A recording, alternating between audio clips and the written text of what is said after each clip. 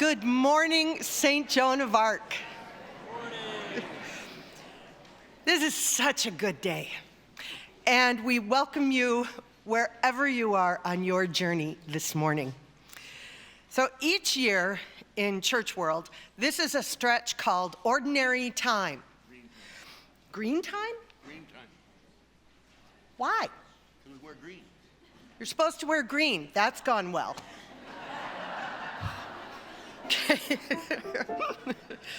I like the idea of ordinary time. You don't have to, you're not buying presents for anyone, you're not decorating for anything.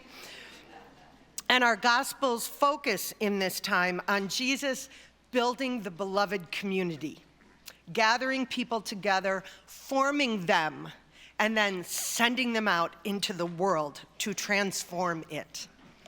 And during this time at St. Joan of Arc, we seek out one of our young adults, a graduate who grew up in our parish and who has now gone into the world to knock our socks off.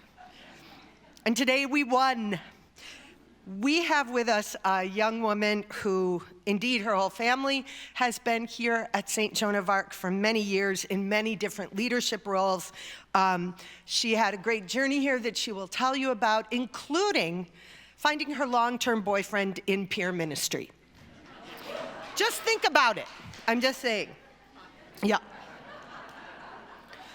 Today, we welcome her. We welcome the powerful champion she is for love and justice. We welcome her and her story of living her faith and her values in ways we can only marvel at and be grateful for. Please welcome our own Annie Counihan.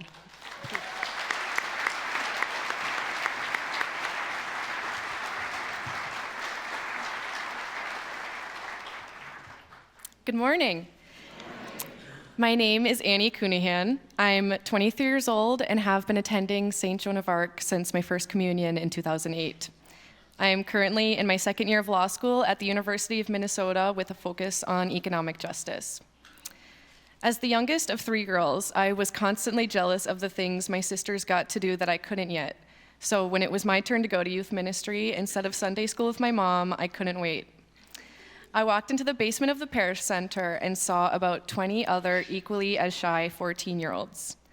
Little did I know, 10 minutes later, I was speaking with the group about body image, societal expectations, and feminism. I never missed another youth ministry meeting. I then joined peer ministry, where I made friends and connections with similar-minded people, connections that I still have and foster to this day. Instead of my parents dragging me to church, for a while, it was the other way around. Once I got to college, I signed up to run for student government almost immediately. I knew that I wanted to be surrounded by people who cared about the same things that I did. As a result, I continued on with my journey in student government and was the student body president at the University of Minnesota Duluth. However, I started this position in April of 2021, which, as we know, was a difficult time to be in leadership. Our organization was called out for not doing enough to combat social injustices on campus and in the world. Of course, all I wanted to do was explain how much I personally care, but I knew that words were not a solution, but it was instead my actions that, one, mattered to these voices the most, and two, would actually have the most difference.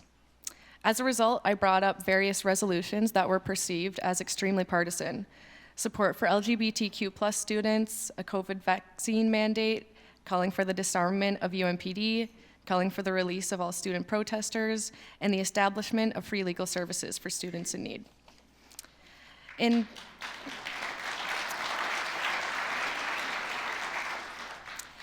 discussing these resolutions in passing with some of my fellow members of student government, I was approached by a group of students who would not be voting in favor of these resolutions due to their religion and threatened to quit the organization. When I asked what religion these students were, they unanimously responded, Catholic. When I told them that I was Catholic too, their jaws hit the ground. One of them even said, "You can't be a liberal Catholic," and then persisted to question my religion due to my political views. I know it would be really satisfying to hear that I was able to persuade this group of students not to quit and to urge them to separate politics from religion, but they all quit shortly after our conversation.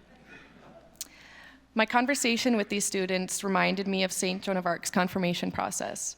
Ben, the confirmation leader, would repeatedly analogize confirmation to snorkeling. It's not about the destination, it's about the journey. At the same time in the world, both in 2016 during confirmation and in 2021 as a leader in college, I saw people using Catholicism as a weapon of hate to further various political agendas, to keep immigrants out, to build a wall, and to deny same-sex marriages. I didn't know how I could fit into this religion holding the views that I have, and I'd be lying if I said that I still don't occasionally have these feelings, especially while watching the news and going to classes. When I was asked to speak today, I was told to answer the question of what my dream for the world or our church is. However, I began to think about what being Catholic means to me. Being a Catholic means not only to speak up for the people not at the table, but to invite those unheard voices to the table to begin with. It means to venerate saints who challenged the status quo, and it means challenging the status quo ourselves.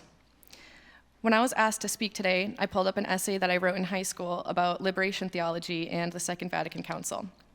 I found a quote from Pope Francis that reads, "The promise was that when the glass was full, it would overflow, benefiting the poor.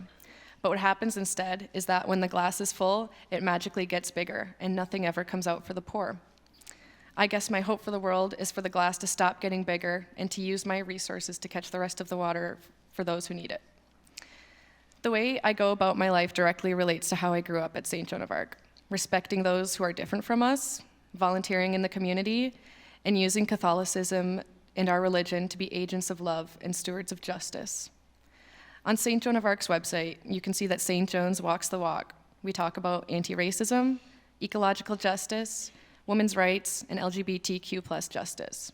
I think our slogan, "We welcome you wherever you are in your journey," is a perfect example of the type of place this is. James 2:15 reads, "If a brother or sister is poorly clothed and lacking in daily food, and one of you says to them, 'Go in peace, be warm and filled,' without giving them the things needed for the body, what good is that?" Coming to St. Joan of Arc restores my faith in my religion and my faith in humanity. Not only do our ministries speak volumes about who we are, but I think we can all agree that the atmosphere in this gym on Sunday mornings is what keeps us bringing back.